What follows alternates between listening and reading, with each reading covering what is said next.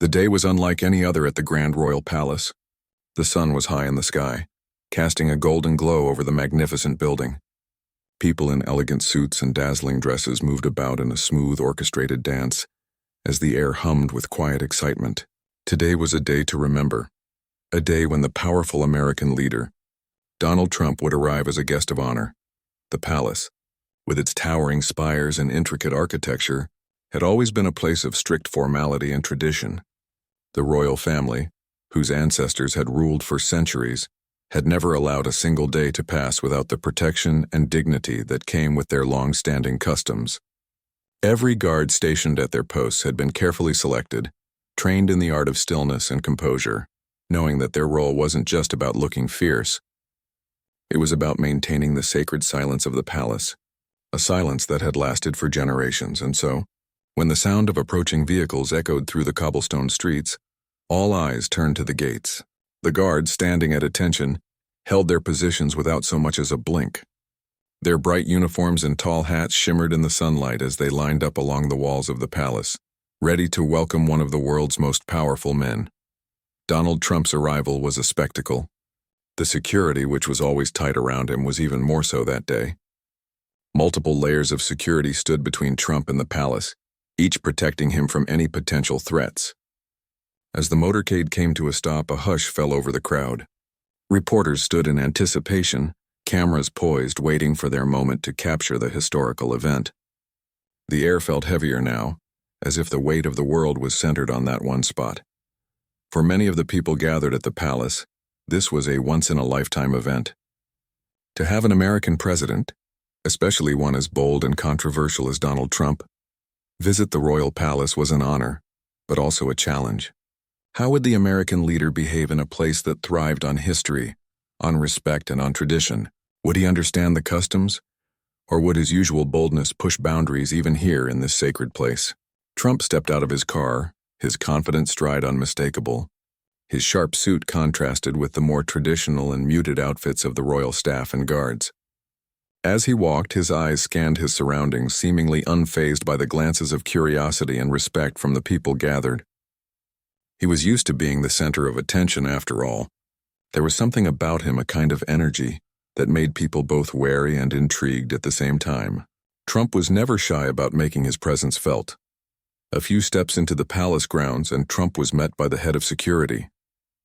The man bowed slightly, a small gesture of respect, but not one that seemed to faze the American leader.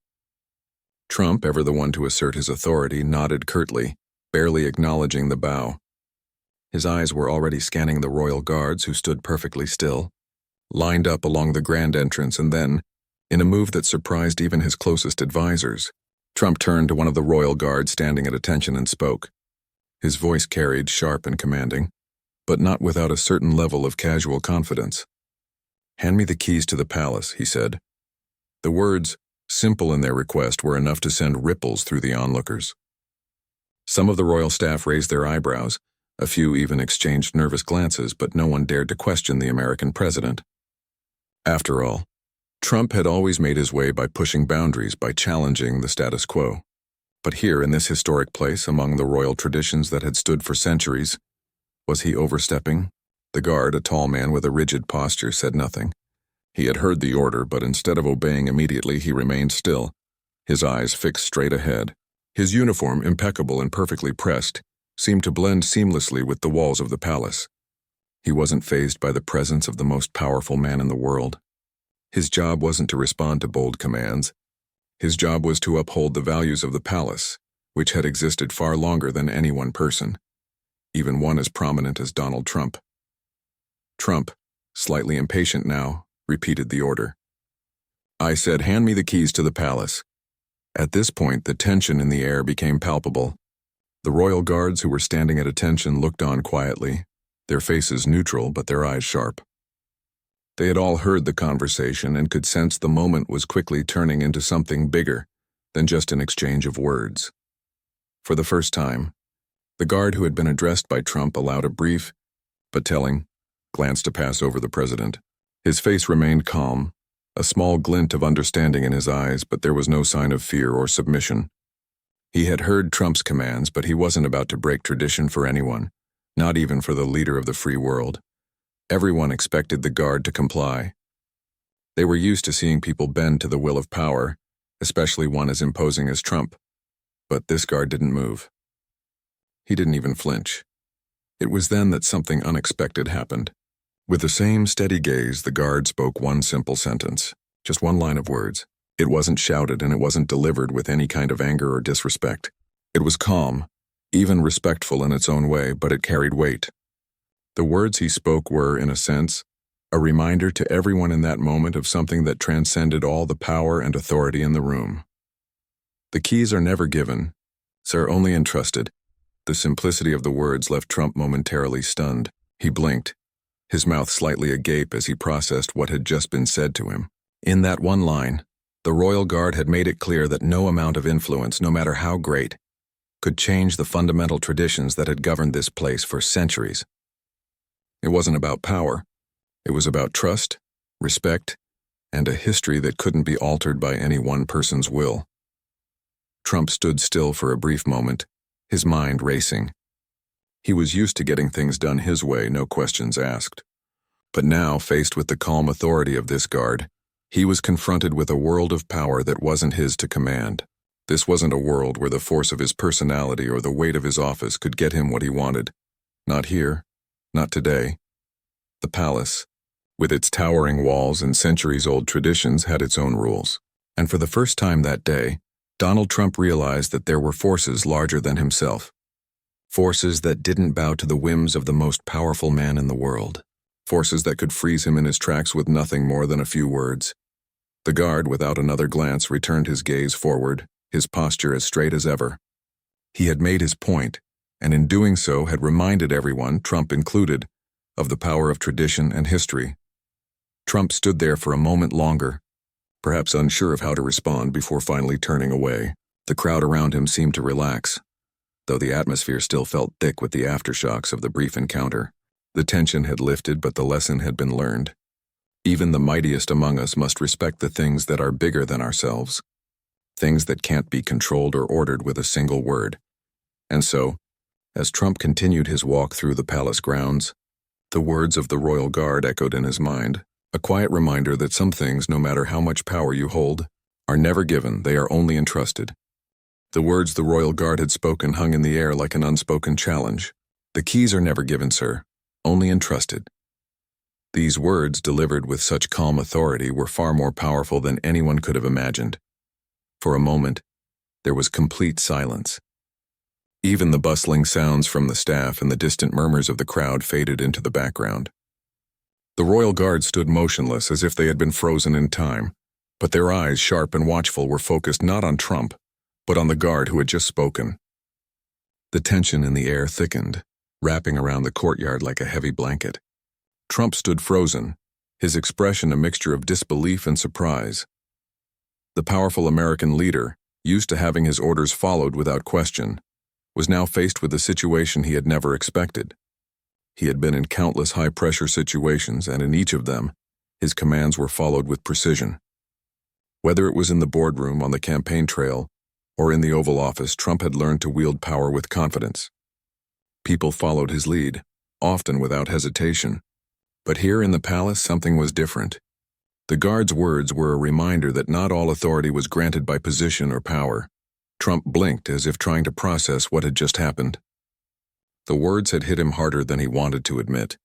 The key to the palace, the very symbol of control over the royal grounds, was not something he could simply command to be handed over. The guard's calm and unwavering tone reminded him of the respect and trust the monarchy had built over generations. There was no space for simple, raw power to tear through those traditions. His mind raced, trying to understand the depths of the guard's response. The man hadn't raised his voice, hadn't shown any anger. He hadn't even moved from his position. Yet in that single line, the royal guard had demonstrated a level of authority that Trump had not anticipated. Trump's mind flashed to the countless situations where he had asserted his will without question, expecting obedience from those around him. But here in the royal palace, his usual tactics didn't apply. The guard's words had stopped him in his tracks. Trump glanced around at his staff, who had witnessed the entire exchange. Their faces were hard to read, some appearing uncomfortable, while others seemed caught off guard by what had just transpired. No one spoke, but the silent exchange between the royal guard and the American president felt like an unspoken shift in the balance of power. Trump was used to leading with strength, but here, in this ancient palace, strength wasn't the only thing that mattered. A small but significant part of him felt the sting of that realization. He was no longer the top authority. The royal palace was a place where centuries of tradition and respect had built the foundation of power, and it was a foundation that wasn't so easily shaken. The guard's words had been a subtle but powerful reminder that not all battles could be won with sheer willpower. Some battles required a deeper understanding, respect, history, and trust. For a moment, Trump's usual confidence wavered. He stood still, momentarily unsure of how to proceed. He had always been the one in control, the one who made decisions, the one whose words were law. But now, for the first time, he was faced with an unexpected challenge. A challenge that didn't involve policy or politics, but something deeper. Something rooted in history and tradition. The royal guard, who had made his point so clearly, didn't flinch. He didn't look for approval or recognition. He simply stood his ground. His job was clear, his loyalty unwavering, and his understanding of the palace's traditions more important than any fleeting moment of power that Trump might represent. In that instant, it became clear that the guard was not merely protecting the physical space of the palace. He was guarding its legacy, its values, and its unshakable sense of dignity. Trump, however, was not one to admit defeat easily. His instincts told him to push harder, to assert himself even more. But something in the guard's calmness, something about the way he stood so still, told him that further confrontation would be pointless. The guard's words had already delivered their message. Power wasn't about forcing people to obey, but about earning trust and respect. As he stood there, Trump felt a shift in his mindset. It wasn't a comfortable feeling, but it was one he couldn't ignore. For the first time in a long while, he realized that some things weren't as simple as they seemed. He was used to commanding respect, but here, in the royal palace, that respect had to be earned through understanding and honoring the place's deep-rooted traditions. It was an uncomfortable thought, but one that forced him to pause and reconsider his approach. Trump glanced once more at the royal guard, who still stood in perfect silence, unmoving, as if the exchange had been nothing more than a natural part of the palace's rhythm. There was no sign of fear or hesitation in the guard's eyes. It was clear that he had dealt with moments like this before, where power and authority were questioned. But unlike Trump, who often sought to dominate with words, the guard responded with something far more powerful: steadfastness.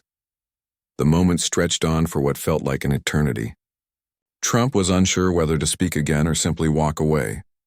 He couldn't remember the last time he had felt like this, caught off guard, unsure of his next move. It wasn't a position he enjoyed, but it was one he found himself in now. And strangely, in this moment, he began to understand something new about leadership. Sometimes being in control didn't mean forcing your will upon others. Sometimes, true leadership required you to step back, to listen, and to understand the context around you. The royal guard, still standing silently, had not moved an inch, and neither had Trump. The stillness between them felt like a silent battle, a battle that could not be won with words alone. In that space, Trump's usual bravado seemed hollow. He had been met with resistance, but it was a resistance that carried its own quiet power. Finally, after what seemed like an eternity of silence, Trump broke the stillness. "I see," he muttered, his voice low and calm. It wasn't an apology, nor was it a challenge. It was a recognition, a simple acknowledgement that the situation was different from anything he had encountered before. Without another word, Trump turned away and walked toward the grand doors of the palace. His thoughts clouded with the weight of the exchange. His mind churned with the understanding that some battles weren't fought with force or demands, but with patience, respect, and the understanding of the traditions that governed the world around him. The royal guard's quiet words had changed something within him, and for the first time in a long time, Trump found himself humbled. As he walked further into the palace, the words of the royal guard echoed in his mind. "The keys are never given, sir, only entrusted." It was a statement that would linger with him, a reminder that not all things could be controlled by power. Some things, like trust and tradition, were far more valuable than any key or command. The moment after the guard spoke, the tension in the air seemed to grow heavier. Trump stood there almost frozen, caught between his own expectations and the reality of the situation unfolding in front of him. He had heard the words, but for a few seconds, it was as if time itself had paused, leaving him suspended in a moment of disbelief. It wasn't the kind of pause he was used to, the kind where he could take control of the situation with one of his usual confident commands. This was different. The guard's steady voice had pierced through Trump's usual self-assurance. "The keys are never given, sir, only entrusted." There was no anger in the words, no challenge, just a quiet authority that seemed to defy any attempt at intimidation. In that moment, Trump realized he wasn't in the familiar territory of boardrooms, rallies, or speeches where his words carried weight. Here in the royal palace, authority didn't come from bluster. It came from respect. Respect for the institution, the history, and the people who had carried those traditions forward for centuries. For someone like Trump, who had spent his life navigating the world with a sharp, often brash confidence, it was an uncomfortable truth to confront. He wasn't used to being caught off guard. He wasn't used to being met with calm, silent resistance. Usually when he spoke, people listened, and when he gave an order, it was followed without question. But now, standing in the palace courtyard, his usual tactics felt useless. He was face to face with a man who didn't respond to power the way others did. His mind began to race. He had been in so many high-pressure situations, negotiations, public appearances, even moments of political tension. He had learned how to control a room, how to make people bend to his will with nothing more than a word or a glance. But here, with this royal guard standing tall and unwavering, the usual tools at his disposal seemed ineffective. There was something about the stillness, the silence, that made the situation feel more serious than anything he had ever encountered. Trump's eyes flicked toward the faces of the people around him. His advisors, staff, and even the local dignitaries who had gathered for the occasion were watching the exchange closely. No one spoke, but Trump could feel the weight of their expectations. He had walked into this situation with the confidence of someone who had always been in control. But now he was beginning to wonder whether his approach was enough to navigate this world of tradition and history. Could his usual bravado still carry him through? The crowd around them seemed to hold its breath, and even the royal guard standing nearby remained completely still, their eyes unblinking. It was as if the entire palace had come to a standstill, waiting to see how Trump would react. The power dynamics that he was so accustomed to were shifting, and it wasn't clear yet whether he could adjust to the change. For a brief moment, Trump thought about pressing the issue. He could demand the keys again, this time with more force, perhaps in a louder voice, perhaps with the kind of intensity that had always worked in the past. But something stopped him. It wasn't fear, not exactly, but something deeper. A sense of respect for the guard's calm, unwavering stance. He wasn't being defiant for the sake of defiance. He was simply standing his ground in a place where standing your ground wasn't just a matter of personal will. It was about honoring something larger than oneself. Trump's usual instinct was to push harder, to exert more pressure, but in this moment he found himself hesitating. There was a strange, almost uncomfortable feeling building in his chest. He realized, perhaps for the first time in a long time, that there were forces beyond his control, forces that demanded more than just the exercise of power. The palace was one of those forces, and the royal guard, a man whose name he didn't even know, had just reminded him of that fact. He tried to shake off the feeling, but it lingered. For a man like Trump, who had spent most of his life moving with speed and certainty, this pause was unsettling. He had always been the one to dictate the terms of a situation, but now he found himself at a crossroads. What should he do now? Was this a challenge to his authority, or was it a lesson in humility? For a brief moment he considered walking away, accepting the guard's words as the final word on the matter. But that didn't sit right with him either. Wasn't he supposed to be the one in charge? The guard's eyes remained fixed forward, unwavering, as if the question had already been answered. It was clear that there would be no further dialogue, no back and forth. The matter had been settled in the most subtle of ways, a quiet yet powerful refusal. The keys to the palace were not just handed out. They were entrusted to those who respected the place's long-standing traditions. Trump's mind struggled to process the situation. It was a strange kind of power dynamic. He had been used to people listening to him, to obeying him. He had spent a lifetime making deals, striking power plays, and commanding attention. But here, at this moment in this palace, He was being reminded that power wasn't always about loud gestures or forceful commands. Sometimes true power came from stillness and patience, qualities that Trump hadn't always valued as much as his sharp words or brash moves. The guard, still standing at attention, did not break his gaze. It was clear that he was not going to say anything more. There was no smirk, no sign of defiance, just a quiet, dignified silence that carried its own kind of authority. He wasn't trying to prove anything to Trump. He wasn't trying to make a statement. He simply stood there, a living embodiment of the traditions he represented.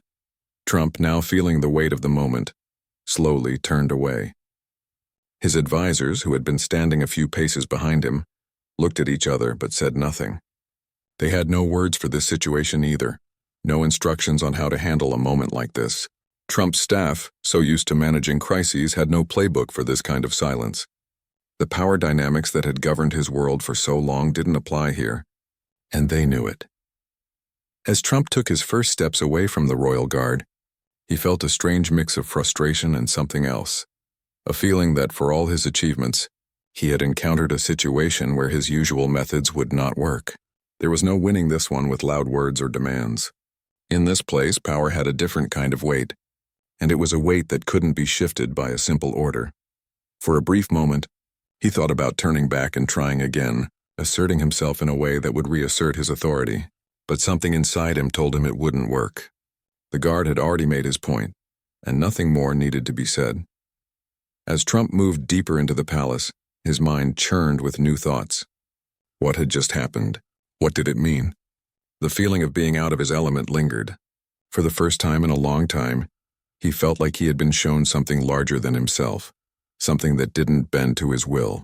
And though it was uncomfortable, Trump knew that this moment, this encounter with the guard, would stick with him for much longer than he expected.